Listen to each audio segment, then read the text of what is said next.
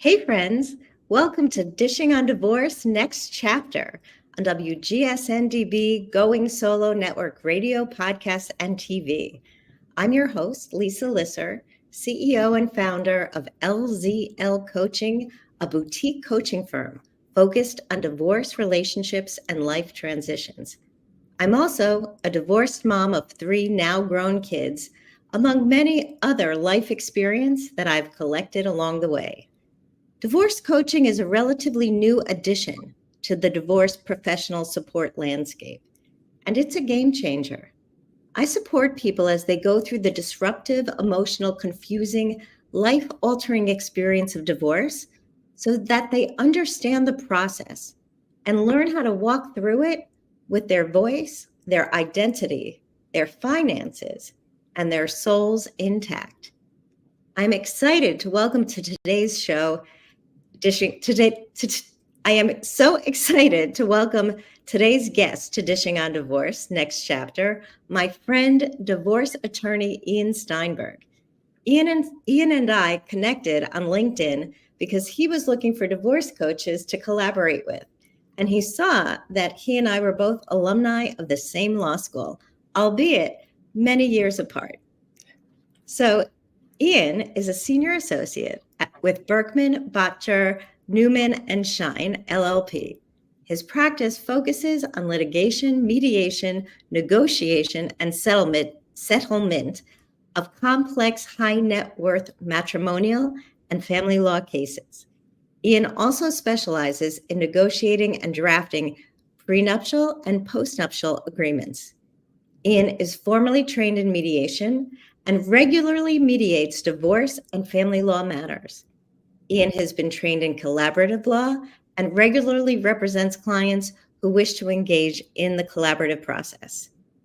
Ian's been recognized as a New York metro area Super Lawyers Rising Star in 2021 through 2024, and by Best Lawyers as one to watch for 2024. Ian can be reached at isteinberg@berkbot.com or at 212-867-9123. Ian, welcome to the show. Thank you so much for having me, Lisa. I'm very excited to be here. It's a pleasure. So, Ian and I are going to talk about co-parenting issues post-judgment. But first, Ian, let's get to know you a little bit. Tell us, how did you get started in the matrimonial law business? So I actually started my law career as a real estate attorney. I was practicing real estate litigation, closings, leasing, and all of that. And, I kind of had this epiphany that I wasn't really getting the personal connection with my clients that I would hope for. I was representing big pieces of steel in the middle of New York City. And that wasn't what I wanted, because I really enjoy the aspect of a lawyer, of helping people. And there are only so many fields of law in which you really can feel like you're making a difference. And to me, matrimonial and family law was one of those fields. And so I took the big jump. I made the switch. And now I've really been in a position where I feel like I can help people. I can help them with their finances. I can help them really secure a good future in the next step, in the next stage. And a big part of that is parenting, because of course that is, to me at least, the most important aspect of getting divorced is how your kids are going to handle this and how they're going to get to the other side. Yeah. So, one of the things that really struck me about you was the jump from real estate to family law, because some people say, I want to stay as far away of the matrimonial trauma as I can. And yet you were like, bring it on. I want to be with those people. So tell us a little bit more about that, because that tells us something about you and your compassion. I think, we get that don't want to touch it with a 10-foot pole analogy a lot, especially when I spoke to other lawyers, whether they're classmates from law school or just other professionals. But for me, again, I felt like I was missing that personal connection. I felt like I had an opportunity to do good with my law degree. And that's not necessarily to say that helping people with their real estate transactions and things like that is not doing good, but it didn't provide me with that personal satisfaction and that ability to really feel like I'm making a difference. And, to me, there's no better feeling than someone saying, thank you so much for all the help that you've done, or all the work that you've done and how you've helped myself and my family. And, yeah, when you close on a contract and on a piece of real estate, it's thank you so much, but it feels more transactional. And this feels more personal. And I think, again, the opportunity to really feel like I'm helping people and hopefully actually help those people is something that really drew me to this field. And I know it can get messy and it can get difficult, but I think sort of being comfortable in the uncomfortable is something that I have tried to pride myself on. And I think it allows me to help my clients move on in a way that works for them going forward. That's great. That's really great. So let's jump right into co-parenting. So let's talk about the process during divorce. So when you're working with a couple or your client who's one half of the couple, and you need to negotiate the co-parenting issues, which we used to use the word custody. I mean, it still is used, but now co-parenting is the language. So first of all, talk to us a little bit about that shift from custody to co-parenting. What does that sort of tell us now about the philosophy? I think, there are two parts of custody as it relates to if you were in court. There's the legal custody, which is really decision making, what happens in education, what happens religious, medical decisions, things like that. And then there's the physical custody. But what does physical custody really mean? I mean, at the end of the day, you are working towards co-parenting with your spouse or soon to be ex-spouse because you're both parents of your children. And I think, very rarely in today's day and age is there someone who has sole physical custody. There has to really be a reason why a parent should not be around a kid in order to have the other parent be the sole physical custodial parent. And there's a debate back and forth about whether or not in New York there's a presumption of 50-50. I am of the belief that that's where things should start, that there really should be a 50-50 custody or arrangement unless there's a reason to deviate from that. And I think that's the word custody doesn't really encompass or encapsulate what it's like for parents. They are co-parenting. And I think when I talk to my clients, I say often, you will be co-parenting with this person for the rest of your life, whether you like it or not. And it's a mindset, I think. It's a mindset shift to say, I'm a co-parent versus I have this custody and I have that custody. We say parenting time. When do you have parenting time with your children? Not when do you have custody of your children? Because at the end of the day, when it's going to be shared, it's really about co-parenting, being able to put the best interests of your children first. And especially as you're going through the divorce process, it can be challenging. It can be challenging to say, you know what, I don't like this guy or I don't like this girl right now, but I know that they are still the mother or the father of my child. And so for that, the sake of my children, I'm going to have to co-parent with them. And so I think that's sort of where things have changed. And again, I think it's a mindset shift. It's a mindset of together. You're working together, in order to make sure that the best interest of your children are taken care of. Yeah, and I like that you use the phrase mindset shift. Custody includes within the thought process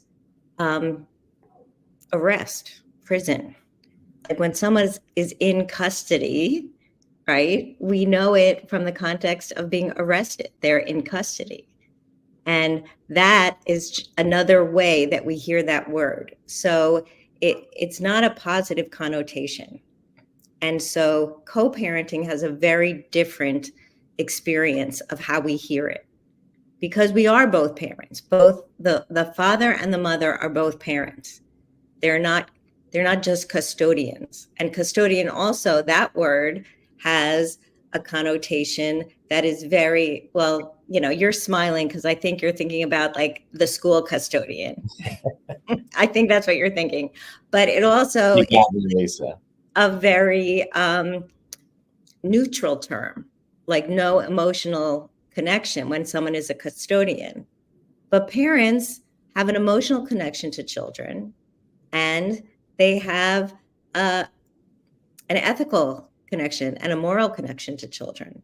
So if you're co-parenting, there's a lot that's involved that's different than custody. And this you were together to create these children. So now let's raise them together, even if you no longer have the marriage relationship. And in coaching, we talk a lot about shifting your mindset so that you have a completely different relationship now. The marriage relationship is over. And so you have to put on a different persona. Now you're co-parents. You're not husband and wife, you're co-parents. It's a different role that you're playing, completely different. So you have to reframe and shift how you are relating to each other, because the people who are most important now are not each other, but the children. They have to be at the center. And I think that it brings up an interesting point, which is something the two of us spoke about. I think the first time that we connected was about the need for a team when you're going through this type of process. Whereas, yes, for me, I can say you need a mindset shift. But I think the way you just described the mindset shift is so far superior to the way that I could explain that to a client. The same way as likely I can explain marital and separate property and and child support and spousal support in a different way than you would. But again, that's why when you're going through this process, having someone like you, Lisa, on the team is so important for the person who's going through that, because it helps with the reframing, it helps with the mindset shift, and it helps to really put the emotions in the place where they should be. It's not to discount the emotional element of it, because that is obviously so important. But I think if you are speaking, a client is speaking to someone like you about the emotion, it gives them more space to talk to someone like me about the legal element of it, and to be in the right mindset to have the legal discussion and know that the emotions are still being taken care of, and being taken care of in the right way by the right person like yourself. Thank you. Yeah. And when the clients recognize that they can have different people support them for different things, and perhaps at different price points, then they also know that they're getting what they need at the right time when they need it. So let's go a little bit deeper into this co-parenting idea. So what we talk about a lot in coaching is, how do you reframe these relationships? And how do you really determine what's in the best interest of the child when you're trying to create a calendar? What's a calendar? And so I wonder how that comes up for you when you're drafting an agreement or creating a co-parenting calendar. So the first thing I tell clients is, if you look at our typical parenting agreement, it's 30 or 40 pages long, right? This is a very intense agreement. And so how do we sort of break it down, right? How do we start from the beginning? The first thing I always do is I talk about, okay, what's the regular parenting schedule going to look like? What's it going to look like on a typical day in November where there's no holidays or anything like that? And I always break it down in a chart. I put week 1, week 2, I put Monday through Sunday on the top, and I say, tell me what your ideal situation looks like. And sometimes people will say, well, my ideal situation is not going to have, is my spouse not having any time. And I said, okay, well, let's reframe that. What do you think is a situation that would work for you, but that would put your children first, that would make sure that they're taken care of? And then we start to go, is it a 2-2-5, a 2-2-3, a week on, week off? And we sort of play around with those different types of ways that it work. Do you want maybe a step-up schedule for your spouse where eventually they get to the 50-50, but it takes some time to get there? And I think that it's hard because, of course, you go from being with your kids every single day to now putting the days you're going to be with your kids on a chart, right? And that's a really tough thing for people to wrap their heads around, understandably so. And so we're in a position where we're saying, okay, I know you want your kids as much as possible. That's the response I get the most. What would a schedule look like for me? I want my kids as much as I can. Well, of course you do. But you have to know that on the other side, I'm sure your spouse wants the kids as much as they can too. And now, are we going to end up arguing or fighting or being in court over one overnight a week? Because what does that do to the children, right? How do we find a way to make sure that they are the focal point as opposed to your wants and your needs? And that's, again, not to diminish your wants or your needs, but we always have to bring it back to the kids. And I think that is really important. But you're right. We then get into the holidays. Okay, who has Thanksgiving? Who has Christmas? Who has Rosh Hashanah or Yom Kippur, right? Who has all of the different holidays that come up throughout the year? And the thought of, for some people, of not having their kids for Thanksgiving, for Christmas, whatever it may be, is a challenging thought. But I think understanding that there's a new reality that you're going to be living in and that your kids hopefully will be fine when they're with your spouse or your soon-to-be ex-spouse is important, because you both need to have a relationship with the kids. And so we get to this on and off, right? Every other week, every other year type of thing, which when it looks like on paper, it's a challenging thing to wrap your head around. But the other thing that we say, and if you walk around our office, you'll hear every single attorney say this: there is no parenting police. So if you decide that the two of you want to spend Thanksgiving together because that's your relationship, fantastic. If you decide that you can't, do a Friday night and you want your co-parent to have the Friday night, no one's coming to your door saying, "Excuse me, the agreement says otherwise." It's a fallback, right? It's, if you can't agree, here's what you use. And the more collaborative you can be, the better it is for the kids, because if they see their parents acting that way, they're not going to feel any animosity between the two of you, and they'll love both of you in a way in which maybe that doesn't happen as much if there is a clear animosity. Kids pick up on these things. Yeah. Well, I definitely hear you. And I know that the ideal world is no animosity, right? That's the ideal world. And you get to a point in time maybe where there's no animosity, but in the beginning it's really hard. And I always, coach my clients to let go of some of the emotions, of some of that animosity. And I also share that you remember a life where you had holidays together and you want your rituals to continue as they were. But divorce means your rituals are not going to continue as they were. So what happens next? You will create new rituals. And part of creating this co-parenting schedule means you have the opportunity, and I phrase it in opportunity. So it's not, I have to do things different. It's, I get to do things different. And when you create new rituals, the kids will get used to a different rhythm. So one of the things I share with my clients is about Thanksgiving, which is the next big holiday coming up if you don't count Halloween. So I'm going to go to Thanksgiving because that's a family meal. And we did on and off years. And when it was not my year, I would take Wednesday night before, and I would make a full-on Thanksgiving dinner on Wednesday night, and they would all come to my house, and we would just eat a lot of food, and that would be it. And then the next day, we would all do Thanksgiving again at separate houses, and they would go to their dads. And then we would alternate years, so that it became a new ritual. And if we wanted to go trick-or-treating with the kids, but my kids were a little older, so they trick-or-treated on their own.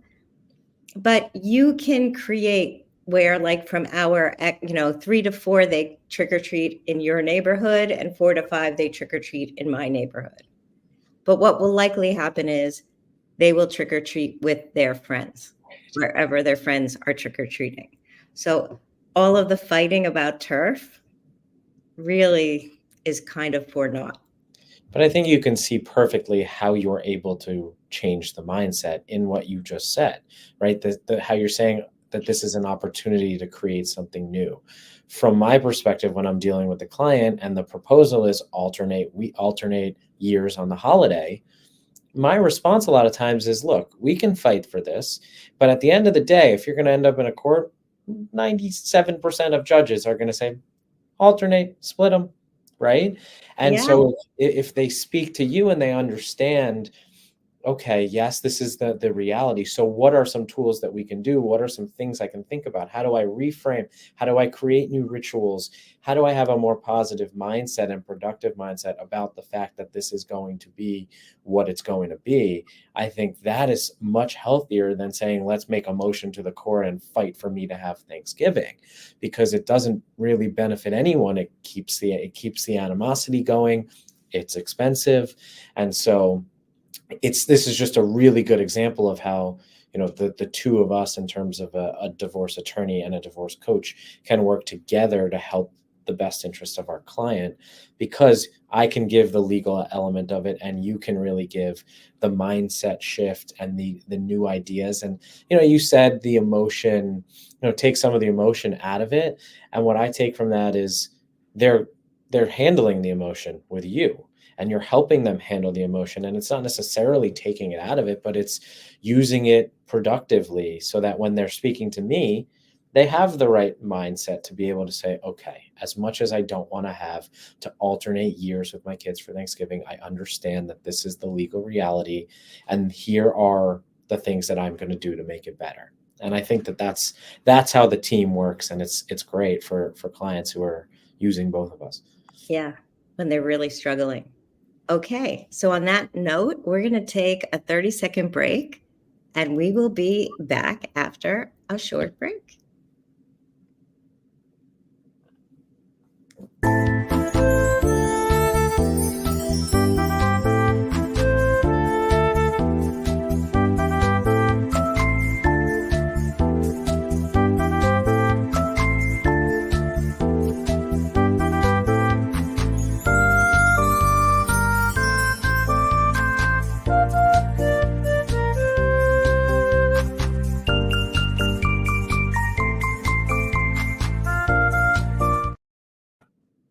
And we're back. So, Ian, our topic is post-judgment co-parenting issues. So we talked a little bit about how do we reach agreement on some of these issues prior to the settlement, the marital settlement agreement. Now, what have you seen after that happens, where clients have reached agreement, but then come back to you because it's not going as planned? I think we see it in a couple contexts. We see it whether it's one parent isn't necessarily engaging in the parenting time that he or she had under the agreement, and how do we counteract that? How do we deal with that? Sometimes it's this idea of not co-parenting and being parent one and parent two, which leads to a lack of transparency in different settings, a lack of working together, it's my great aunt's 90th birthday and I'd like to take the kids, and it's, well, no, it's my parenting time. And I think oftentimes that is where we see a lot of the post-judgment motion practice, or people trying to change what the parenting plan is that they agreed upon before. And a lot of it, again, stems from this inability to hit the element of co-parenting. Things come up, right? Life throws a lot of curveballs at you, and you really can't plan for everything in your agreement. We struggle a lot to try and account for each and every scenario, but it's just not possible. And there are certain things that we think sound great when we're drafting it, and then down the road, it's like, oh, okay, well, maybe this situation is the little bit of I don't want to say loophole, but something that wasn't necessarily accounted for in the agreement. And how do we deal with that? A lot of that comes up with holidays, family events, things like that, where maybe there are certain holidays that overlap in a given year. And I think a lot of the issues stem from the inability of the parents to be flexible. And it's hard, right? This is my time. I get that. But what's my time really mean? There's going to be makeups there. Like, are the kids going to be better served by being at great aunt's 90th birthday or by spending a weekend at home? And maybe even though your thought might be it's better with me, it's better at home, I think it needs to, a lot of times people need to take a step back and see it from the kids' view. Isn't it better to spend time with family, even if it's not your family? And I think that's a lot of times where we see a lot of the disagreements, and then ultimately the motion practice and court and more expenses and more acrimony, where ideally the idea of working together could rectify some of these issues. But Right. again, like we spoke about before, that's in a perfect world. But the more you can do together, usually the less issues you have done. Right. And I think when you say together, what I want our audience to remember is you don't have to be best friends, but you do need to recognize that the kids rely on both of you. And the kids are needing to feel like they can trust that they are safe with both of you. And when you're fighting, they don't know where they can find safety. And that's a big issue. That has been something that the psychiatrists and the psychologists have been studying, that children feel threatened when they don't feel safe, and they don't feel safe when their parents are fighting. And so this is where they start to wonder, who do I need to feel loyal to? And it's really challenging, especially post-divorce. Should I stay at dad's because dad says it's his day, even though it's Grandma Sue's birthday, and that's mommy's mom? Like, what do I do? Do I need to be the one to make the choice? Who's the grown-up here? So now you're putting your kids in the middle. And like the key thing when you are co-parenting that you need to remember is not to put your children in the middle. That they shouldn't ever be a go-between for messages between you and your co-parent. And they should never be asked to be the one to make the choice. Like, you're the parents, you're the grown-ups in the room. And if you're asking your kids to be the ones making the choice, you're making them the grown-ups in the room. And that's a role reversal. That is not the best way to handle the situation. And I think one of the things that we counsel our clients on a lot is, when you are co-parenting, imagine that everything you say, everything you do, every message you send, every email you send is going to be read or seen by the judge. Whether or not that's true, that's the mindset that you should have. What would a judge feel like? What would a judge say if he or she saw that message? If he or she knew that you were refusing this type of, adjustment or change to the schedule? And I think the same applies post-judgment. It really is, how would a judge feel if you were telling the kid to decide? How would a judge feel if you were saying to a child, you can go with mom if you want, but I'd really rather you stay here, right? Right. Or it would make me really sad.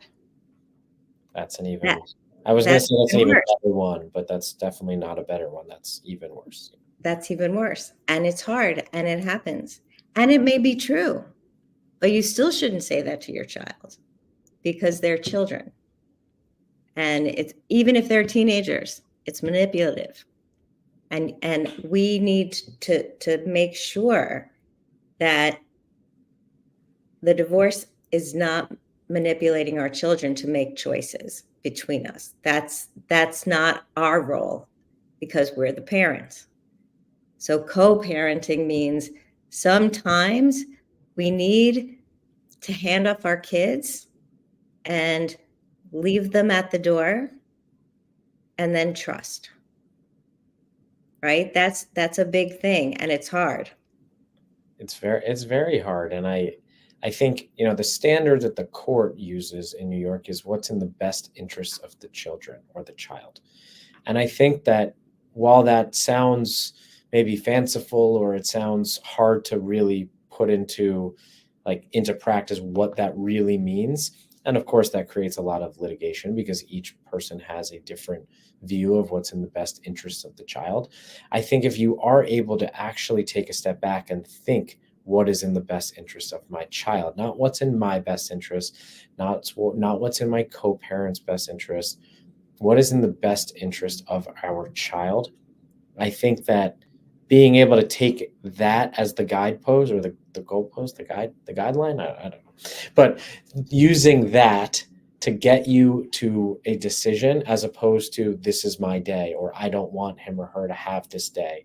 This is my time with the kids. Saying, no, what is really in the best interest of the child? I think that goes a long way to hopefully being able to make decisions that truly do benefit your children or your child and not just yourself. And never once has anyone said being in court is a good thing for a child. Yeah. Having an attorney to represent them is never a good thing. Speaking to a forensic evaluator is never a good thing. No. So avoiding that tends to mean having to come to an agreement, and no one's happy typically with an agreement, but as long as you can live with it, knowing that your children's interests will be best served, hopefully that's enough. There's a lot that's all built into that. So we've talked about different parenting time or going to a relative's, event on a certain time, but there are also other kinds of issues that get in the way of co-parenting. And I've had one client who has a child who has been diagnosed with ADHD and has had medical advice to go on certain medication. And one parent doesn't believe that child really needs that medication. And the school thinks that the child does, and the other parent believes that the child does, but one parent doesn't. And for whatever reason is fighting that. And so now the child is really caught in the middle because now it's a medical issue. And it's hard to figure out what's really going on there. Is it about the best interests of the child, or is it about not letting the other parent be right? There's a lot of mental stuff going on there. And this is a question that's both a coaching issue and a therapeutic issue. And if I look at it from a coaching perspective, I can come out with one opinion and one suggestion. But there's a lot going on there. Now, has this kind of case come before you where you've had to sort of force the issue to have a judge make a decision on a medical case? So it's our goal to always avoid, if we can, having a judge make a decision about children's lives. The parents should really be making those decisions. Mm-hmm. They shouldn't leave it to essentially a stranger in a robe to make a decision about your children. And I think most of the judges would say the same thing. They prefer not to make these types of decisions and want the parents to make them. One of the things, or one of the tools that we use to try and avoid that when we are coming to an agreement, which then hopefully helps after the agreement has been signed, is that we use either a parenting coordinator or we use what's called the professional model. And sometimes we use both. Essentially what that means is the professional model says when there are medical related issues, you will rely on the treating physician, whether that is an orthodontist, a dentist, a heart specialist, a pediatrician, a therapist, whoever it may be, related to that type of issue. If there's an educational related issue, you rely on the teachers, the principals, the guidance counselors, things like that. If there's a religious issue, you rely on the related religious professionals. If that is unsuccessful, or you have an agreement to speak with a parenting coordinator, that is another way in which parents try and settle their disputes. Essentially, you both have agreed on this person who is going to work to help you through parent-related issues, and you speak to them, and oftentimes you each sort of plead your case. And we usually don't have that there's a recommendation that the parenting coordinator comes up on his or her own. Usually we say that there is a parent that the parenting coordinator will side with on this particular issue. And until or unless a court says otherwise, that is the decision that is going to go into effect.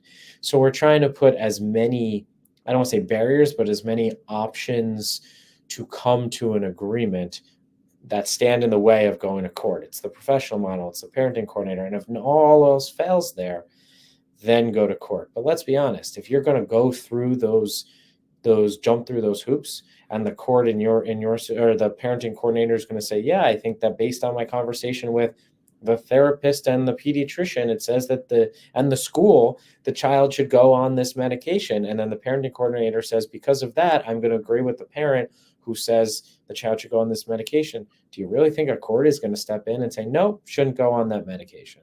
Maybe, but doesn't seem that likely. So we want to try and find ways to lean on those appropriate professionals to help the parents ultimately come to this decision before resorting to court. That's great. That's great information. I've spoken to several attorneys and mediators who are also trained as parent coordinators. And it's important to know about that. And when you shared that, like, I thought on the one hand, so you've created, or you can create hurdles before court, or you can call them gates. Like, I'm thinking sports, right? In the skiing, right? They have gates that they have to go through when they're doing a slalom. So this is a gate that lets people pass through to find resolution. And that's a wonderful opportunity. And really, like in New Jersey, there are 7 steps before you get to trial, right? When you're going through divorce. And all of them, there's a case management hearing, there's a mediation, then there's a early settlement panel, and then there's another mediation, then there's like another settlement opportunity, and all these different things before a judge will actually let you get to trial, because everything is designed to help you try to settle your case before it gets to trial. And that's really the purpose. This is family. This is personal. And that's the goal all along. So thank you so much for your support and wisdom for our audience. And how can my audience find you? Can you share your info? Yeah, for sure. And thank you so much for having me. It's always great to have conversations with you and see how the two of us and our professions are so inextricably linked, and how well it works for our clients to work with both of us. And I think that's really important for people who can have a team, should always have a team. And I'm always happy to answer any questions that people have. I can be reached at isteinberg@berkbot.com. You can also find me on my LinkedIn, or give us a call at 212-867-9123. Great. Thank you so much, Ian. And you can find me at lisa@lzlcoaching.com, or at my website, www.lzlcoaching.com. And you can make a 30-minute free consult right there on my website. So I'm so happy to see you. I'll be back next Tuesday with another episode. And you are listening to WGSN-DB Going Solo Network Radio, podcast, and TV on the new streamingnetwork.com. You can find us on YouTube, LinkedIn Live, Facebook Live, and wherever you get your podcasts. Thank you.